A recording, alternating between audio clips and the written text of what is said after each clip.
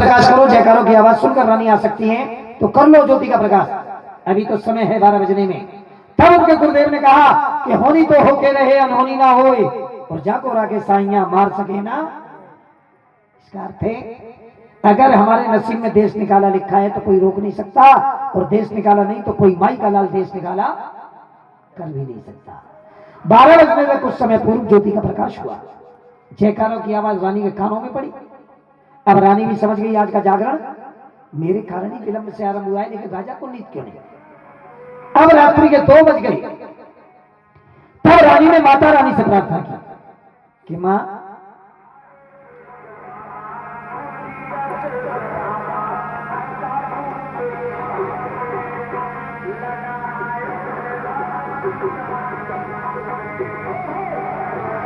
रात्रि के ठीक 2 बजे माता रानी से प्रार्थना की और माता रानी से लड़ाई की रानी ने कि मां किसी भी तरह से राजा को छुड़ा दो।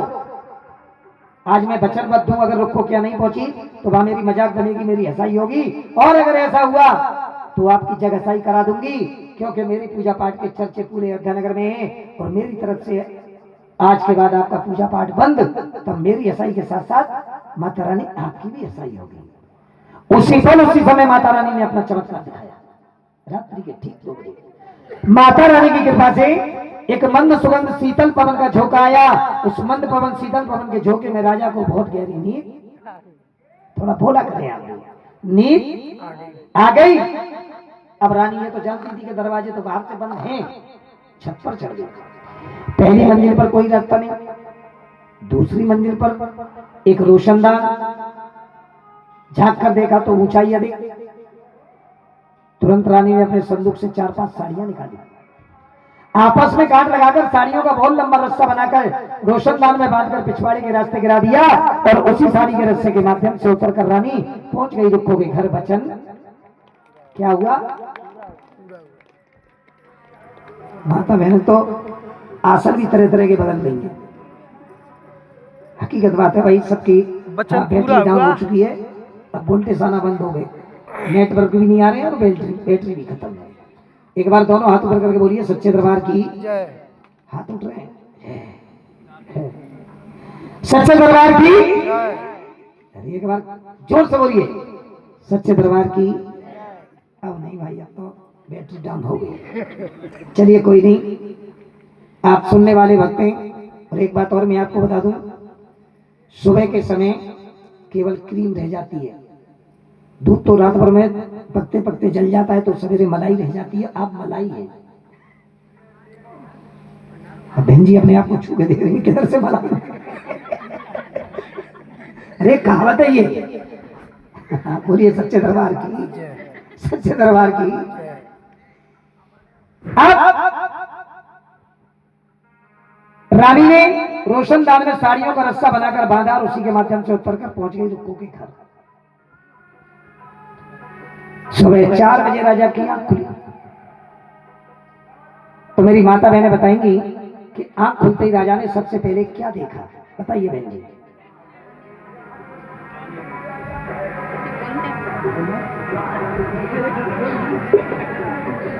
डिस्कस कर रही हैं?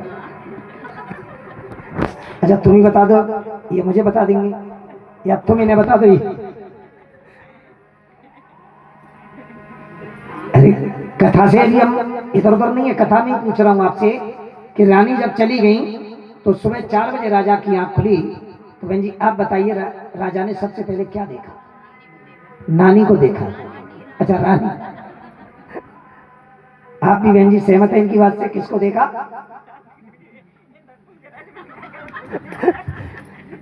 वो कह रहे फूफा को देखा। राजा ने रानी को नहीं देखा।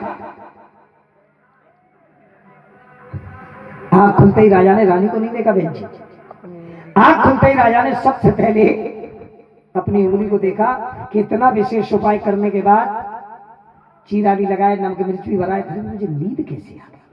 सबसे पहले क्या देखा? उपाय, उंगली को। आप जानते हैं कि जरा सी चोट लग जाए तो बिना नींद की गोली की नींद नहीं आती। और इतना उपाय करने के बाद मुझे नींद कैसे? उसके बाद रानी को देखा। अब रोशनदान में जब साड़ियों का रास्ता बना पाया दूसरी मंजिल पर, तब राजा के मन में एक शंका पैदा हुआ कि कहीं ऐसा तो नहीं कि रानी अब जादू टोना करने लगी। भाई इतना उपाय करने के बाद नींद नहीं आनी चाहिए, और नींद आई है तो रानी ने जादू टोना से सुला दिया।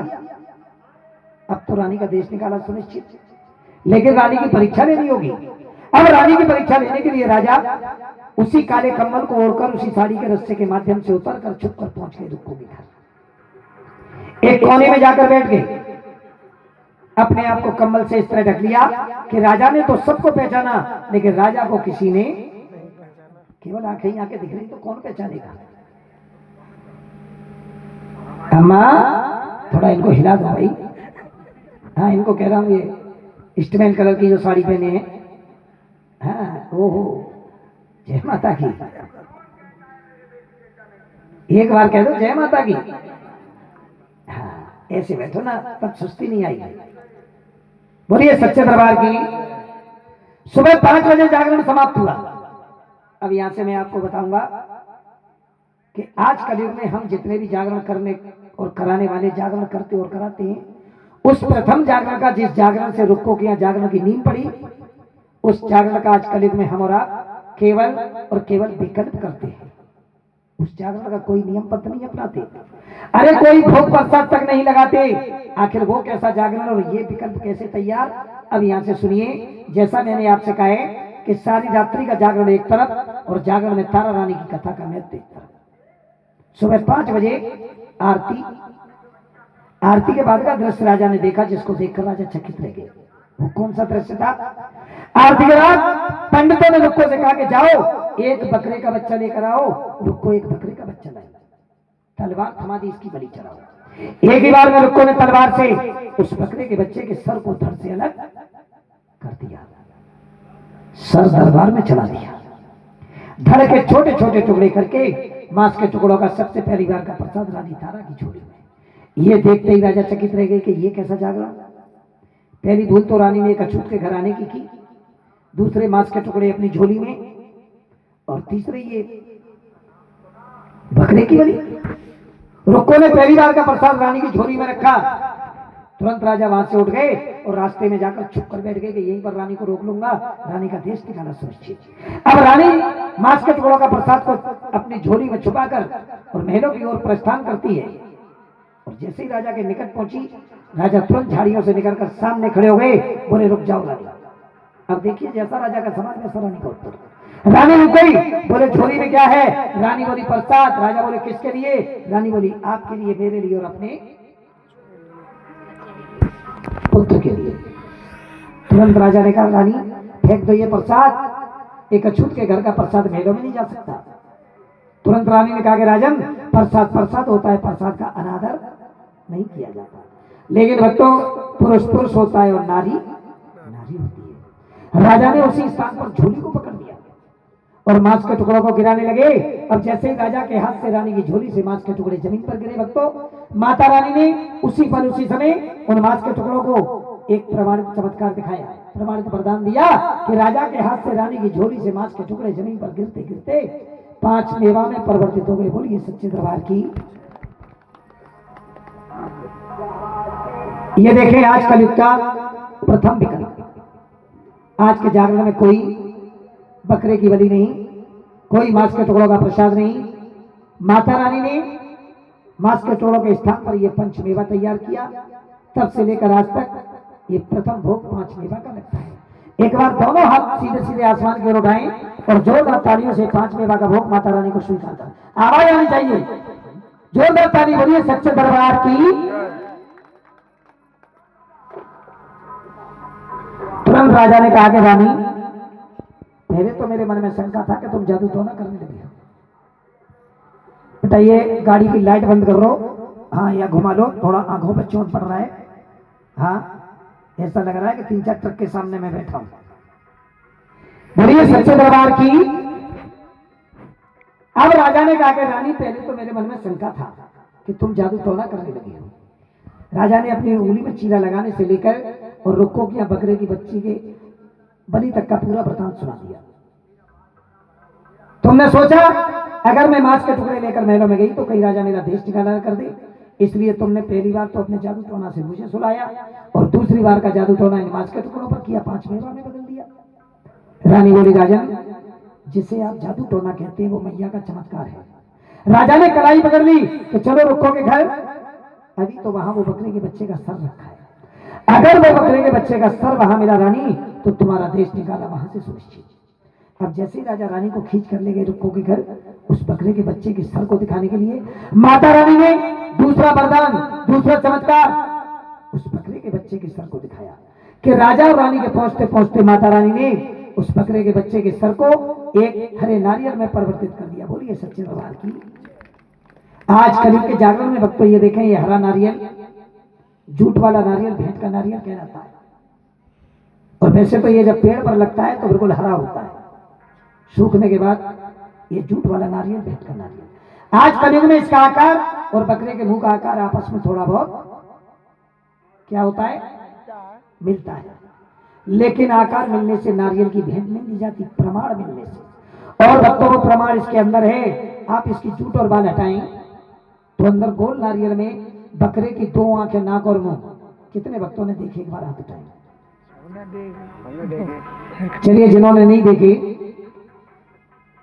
क्योंकि ये पंडा जी पार्टी है, जो भी बात होगी प्रमाण वाली होगी। ये देखिए आज हम इससे हरे नारियल की भेंट, ये माता रानी की देन है। एक बार दोनों हाथ ऊपर करें और जोरदार तालियों से नारियल की भेंट भैया को स्वीकार कराएं। तालियों से बोलिए सच्चे दरबार की। अब राजा रानी को लेकर महलों में पहुंचे, और जैसे ही महलों में प्रवेश हुआ तुरंत राजा रानी से बोले कि रानी एक बात बताओ, रुक्को ने छोटे से बकरे की बलि दी तो छोटे छोटे 2 चमत्कार हो गए, मांस के टुकड़ों के स्थान पर मेवा, बकरे के सर के स्थान पर नारियल। अगर अपने महलों में मैं कोई उससे भी बड़ी बलि दूं तो बड़े बड़े चमत्कार होंगे। रानी समझ गई कि राजा के मन में अभी भी शंका है। क्या है, शंका जी तो केवल यूं करते हैं, थोड़ा जोर से बोला करें, शंका है। तुरंत रानी ने कहा कि राजन, कुछ पाने के लिए कुछ होना पड़ता है। तुरंत राजा उठे और अपने घोड़ों के स्तंभ से सबसे प्रिय नीले घोड़े को खोल कर लाए और उठाई तलवार एक ही बार में अपने महलों में अपनी पत्नी के समक्ष। अब अंतिम बात सुन लीजिए, एक ही बार में तलवार से राजा ने अपने प्रिय घोड़े का सर धड़ से अलग कर दिया, यानी महलों में घोड़े की बलि हो गई, लेकिन चमत्कार फिर भी नहीं हुआ। तब राजा ने कहा कि राजन आपने ये क्या किया? अरे आपने भी तो वही कार्य किया जो रुक्को ने किया, पराई जीव की बलि रुक्को ने दी और पराई जीव की बलि आपने, और शर्तों के अनुसार आप अगर महलों में चमत्कार देखना चाहते हैं तो क्या आप उसकी बलि दे सकते हैं जो संसार में हर मनुष्य को, हर प्राणी को सबसे ज्यादा प्यारा होता है। और भक्तों सबसे ज्यादा प्यारा होता है अपना पुत्र, अपना बेटा, अपना लाल, जिससे हमारा वंश आगे चलता है।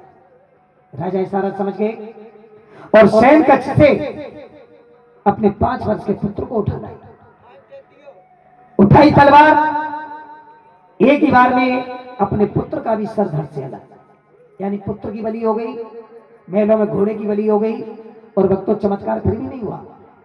अब राजा की आंखों में थोड़ी आंसू तो थे, लेकिन रानी परीक्षा लेने से पीछे नहीं हटे।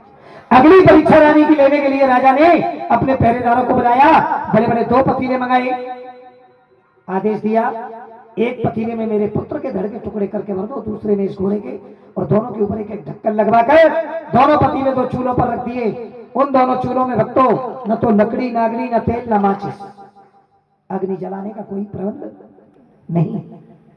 तब रानी से कहा कि रानी तुम मुझको बहुत देर से बनाती आ रही हो कि मैं कोई जादू टोना नहीं जानती। मांस के टुकड़ों के स्थान पर मेवा को चमत्कार बताया, बकरे के सर के स्थान पर नारियल को चमत्कार बताया।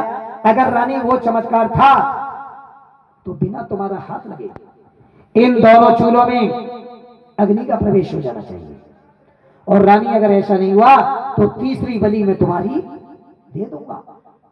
तब रानी ने मां ज्वाला को याद किया। आप में से कोई गया है ज्वाला जी, हिमाचल कांगड़ा? आप गए हैं? आप चलिए, मैं केवल इसलिए पूछ रहा हूं कि कथा में मैं जो भी बात करूंगा प्रमाण वाली बात होगी। चिराग जलती रहती 24 घंटा। रानी ने 33 कोटि देवी देवताओं में से मां ज्वाला को क्यों चुना? उसका कारण था। अब क्या हुआ बहन जी, आरती करने जा रहे हैं हम तो 2 मिनट के बाद। अच्छा, खुले पैसे लेने जा रही हैं, चलिए कोई बात नहीं। बोलिए सच्चे दरबार की। रानी ने मां ज्वाला को इसलिए याद किया कि ज्वाला जी के दरबार में भक्तों एक चमत्कार है। इस तरह की ज्योतियां पत्थरों से निकलती हैं, और 1-2 जगह नहीं, 11-12 जगह। और जिन पत्थरों से ये लौ निकलती है भक्तों, एक अचंभे वाली बात है, जिन पत्थरों से ये ज्योति ये लौ निकलती है, उसके नीचे न कोई घी है, न तेल है, न बाती है, न गैस है, न स्टोव। बिना घी तेल बाती के 24 घंटे 12 महीने अनाथ कालों से ज्वाला जी का चमत्कार है। बोलिए ज्वाला मैया की। जब रानी ने मां ज्वाला को याद किया तो ज्वाला मां ने सूक्ष्म रूप में ऊंचे ऊंचे पर्वतों को छोड़ा, और दोनों चूल्हों में बिना लकड़ी अगली तेल माचिस के ज्वाला जी का आगमन। यह देखकर राजा को विश्वास हुआ कि रानी कोई जादू टोना नहीं जानती है, तो चमत्कार हो गया।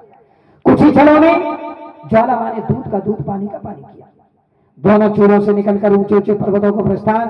अगली शाम तब रानी ने कहा राजा से कि दोनों पतीलों का ढक्कन तो उठाओ। अब राजा ने जैसे ही पहले पतीले का ढक्कन उठाया, राजा चकित। जिस पतीले में पुत्र के धड़ के टुकड़े थे उसमें हलवा तैयार। आप जानते हैं घोड़े का सबसे प्रिय भोजन चने। घोड़े का सबसे प्रिय भोजन चना। तो जिस पतीले में घोड़े के टुकड़े थे उसमें चने तैयार। अब रानी ने 5 थाल सजाए हलवे और चने के। पहला थाल राजा को दिया कि जाओ अपने घोड़े का भोग लगाओ। घोड़े के अस्त्र में राजा ने घोड़े को भी जीवित पाया। बोलिए ज्वाला मैया की। अब तो चमत्कार पर चमत्कार हो गया। दूसरा थाल दिया, जाओ अपने पुत्र का भोग लगाओ। सेन कक्ष में अपने पुत्र को भी जीवित पाया। बोलिए सच्चे दरबार की। 3 थालों के लिए रानी ने राजा से आग्रह किया, प्रार्थना की कि रातों रात एक मंदिर का निर्माण कराइए, और सवेरा होते होते उस मंदिर में सच्चे दरबार की स्थापना, तब ये 3 थालों का भोग लगेगा। राजा ने सैकड़ों की मात्रा में मजदूर लगा दिए, हजारों लाखों की मात्रा में रुपया पैसा धंधे में खर्च किया। सवेरा होते होते एक मंदिर का निर्माण हुआ। उस मंदिर में रानी ने सच्चे दरबार की स्थापना कराई। ये आज देख रहे हैं 8 मूर्तियां, सब दिखावा। सच्चा दरबार तो केवल 3 मूर्तियों का था, 3 का है और सदैव 3 का रहेगा।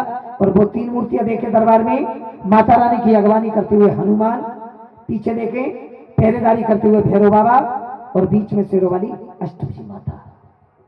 एक थाल हनुमान जी का, एक भैरव बाबा का, एक शेरों वाली अष्टभुजी माता का।